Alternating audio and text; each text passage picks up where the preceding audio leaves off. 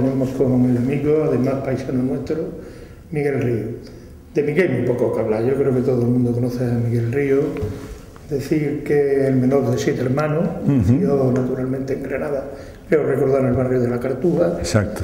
Va al colegio de los jesuitas. Perdón, de los salesianos. Eso eran los contrarios. Contrario, efectivamente, al colegio de los salesianos. ¿Qué te recuerda? Porque la vida en aquella época, es cierto que íbamos al colegio, somos casi de la misma quinta, íbamos al colegio, pero también la calle nos enseñó mucho, ¿no? Sí, yo creo que realmente no. En aquella época fue, para un chaval de la posguerra como era yo, sin saberlo tenía un sabor agridulce. Quiero decir, yo lo pasé fantástico, tengo una familia maravillosa, soy el 7º hijo, como tú decías, había 5 hermanas más y un hermano mío, o sea que yo era como decía mi padre, me llamaba el rejún, es una palabra que se dice en la Vega Granaína.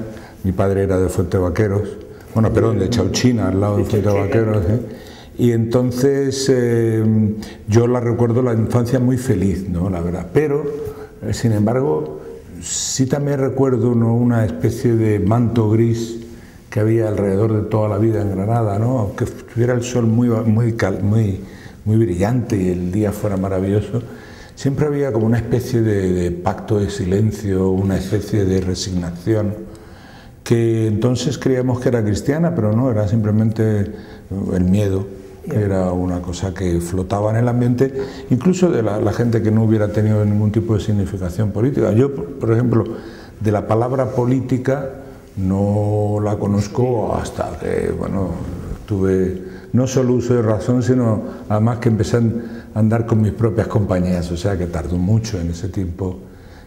Pero la verdad es que Granada sí, y la calle era un poco el reducto maravilloso de aquella época, donde había muy poco con lo que entretenerse, como no fuera con la imaginación.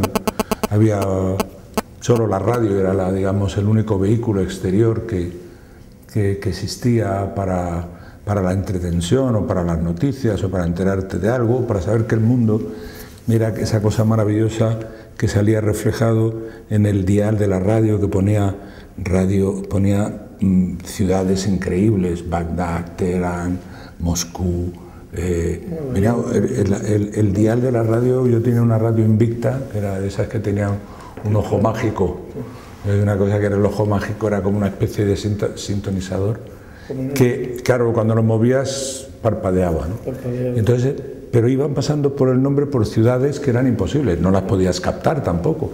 Yo creo que la gente que fabricaba, la mía era una Philips, y la gente que fabricaba aquello me figuró que las haría para enseñarnos geografía, porque yo no sé para qué podía servir entonces una radio que no podías conectar por un Rabat. Pues no.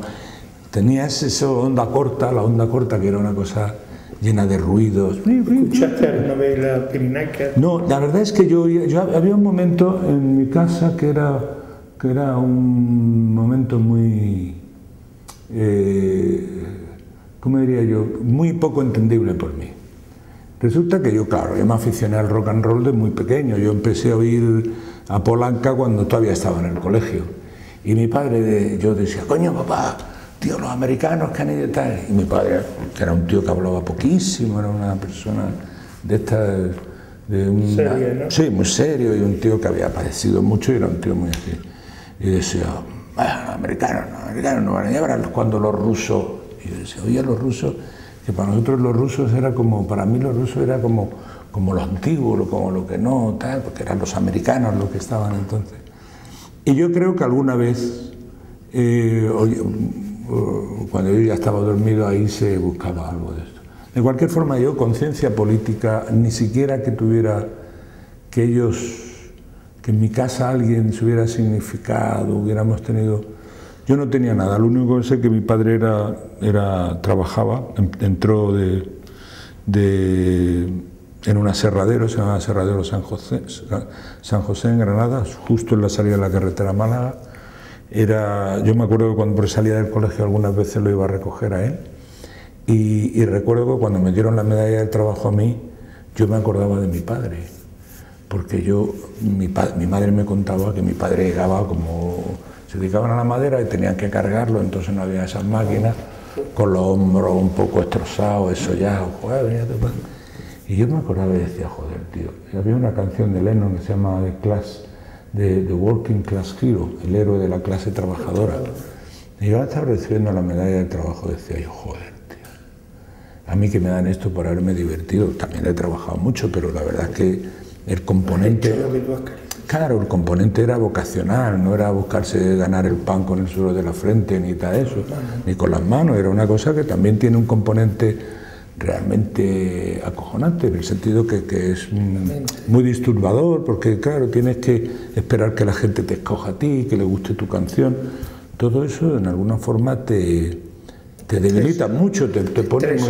Claro, pero no, claro, no estás en el Tajo ni era mi padre, yo me acordaba de mi padre, decía, joder, si mi padre levantara la cabeza, que me acuerdo que una vez que íbamos subiendo por la cuesta de mi casa a llegar a Cartuja, y había un cartelillo de eso, un pequeño, un pasquín prácticamente, de Emilio el Moro, que cantaba... que salía con el bonete, y salía Emilio el Moro, y le decía yo, mira papá, mira, Emilio el Moro va a venir a cantar a Granada. Y mi padre decía, el nombre de los tontos está escrito en todas partes. Ese tipo de padre tenía yo, el nombre de los tontos está escrito en todas partes. Digo, coño, me están dando a mí la medalla al trabajo. Y digo, joder, si supiera mi padre. Quieras o no quieras, tú en tu casa, o tu padre en tu casa, tuvo que vivir malamente la época del franquismo también. Yo creo que sí, hombre, todo el mundo la vivió mala. Yo creo que él, la mal, viene de Chauchina, tiene que dejar el campo, porque de las primeras yo creo que mi padre viene a Granada, bueno, conoció a mi madre cuando mi padre tendría 20 años, él nació en el 98, o sea que mi padre tiene que venir a Granada a principios, el 12 o el 13, ¿no? Porque el año 14, y ya ahí lo expulsa al campo, mi padre está...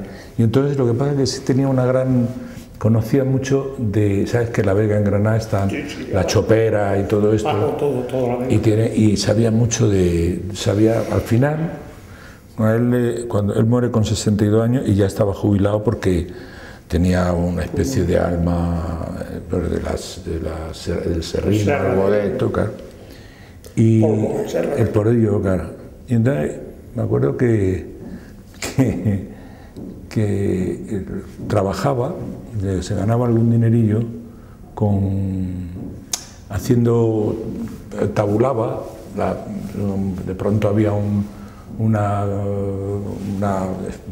cuantos metros que decían, ¿por estos metros cuántos chopos entran? Y mi padre llegaba y tabulaba eso, claro, le pagaban un poquillo y tal por eso. Pero sí, mi padre, yo tengo muy poca, murió cuando yo tenía 15 años, un hombre muy serio, me sorprendió mucho que a su entierro fuera tanta gente, parece que era muy buena persona, pero bueno, en realidad la única anécdota que puedo contar de eso es que él nació en una calle que se llama la calle del Chorrillo, en Chauchina, y me pusieron mi nombre, yo me llamaba como mi padre, Miguel Ríos, era Granados y yo Campaña. Entonces digo, si mi padre levanta la cabeza ahora y ve que en la calle donde nació el nombre de los tontos está escrito en todas partes y se llama como es, se muere y se mete otra vez para abajo del tirón. Tenemos que hablar de una cosa, tú dices, y además lo he dicho antes, que empezaste a trabajar joven, me supongo que por necesidad. Claro, lógico. Claro. Yo te he puesto aquí porque tú empezaste a escuchar pronto a Elvis Presley, sí, a Plater. Sí. ¿Qué supone para ti toda esta gente, para tu música, evidentemente mucho, porque tú eres un gran rockero, pero qué supone para ti Elvis, los Plater? Pues mira, la verdad es que yo empecé a oír música desde chiquitillo, yo cantaba y canté, tenía mucha facilidad, cantaba en el coro en la iglesia y cuando hacían ahí reuniones familiares yo pues siempre cantaba y eso, y de pronto cuando me metieron en la tienda de discos, en los grandes almacenes pusieron una sesión de discos a los 6 o 7 meses de estar ahí. Uy, me ha caído el micrófono, me lo pongo yo, no te preocupes. Y ¿sabes qué pasó con eso? Que en realidad me abrió el mundo, claro, me abrió las puertas a conocer un tipo de música que realmente nunca había oído yo antes. A mí me fascinó porque la música que se ponía en Granada entonces era muy mala, era una música muy...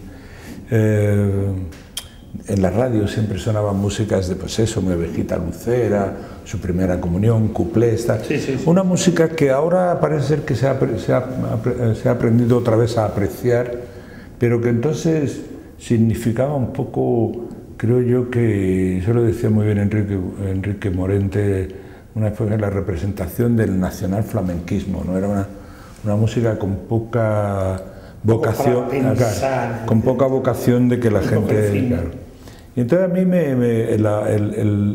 la música americana, por así decirlo, la música, y luego la italiana, que también hacían Adriano Celentano, los franceses, Johnny Hallyday, todo el mundo de mi generación, en todo el mundo, claro, se dedica al rock and roll. El rock es la música que a nosotros nos libera, a la gente joven de mi generación, nos libera de un poco del mundo del padre, ¿no? Del mundo de seguir. O sea, de pronto la juventud tiene un valor real en la sociedad, ¿no? Antes pues nacíamos para, pues eso, pues para seguir un poco la senda del padre, pues si eras funcionario tu padre te colocaba ahí, si estabas ahí en la aserradero tu padre te llevaba ahí también para que aprendiera, y de pronto nosotros, mi generación es la primera que rompe con ese mundo y de pronto descubre que tiene una forma de expresión, tiene una música, tiene una forma estética de expresarse y tiene una forma casi de entender la vida, de ser diferente a las generaciones anteriores, ¿no? Y yo creo que en ese sentido, pues todo eso es lo que me da a mí Elvis y toda esta gente, ¿no? Esa gente realmente lo que hacen es abrirme un poco los ojos a que había otra realidad fuera de España y que España era diferente, como decía el franquismo, pero para peor, o sea, era diferente, no como algo valorativo, sino una cosa muy peyorativa.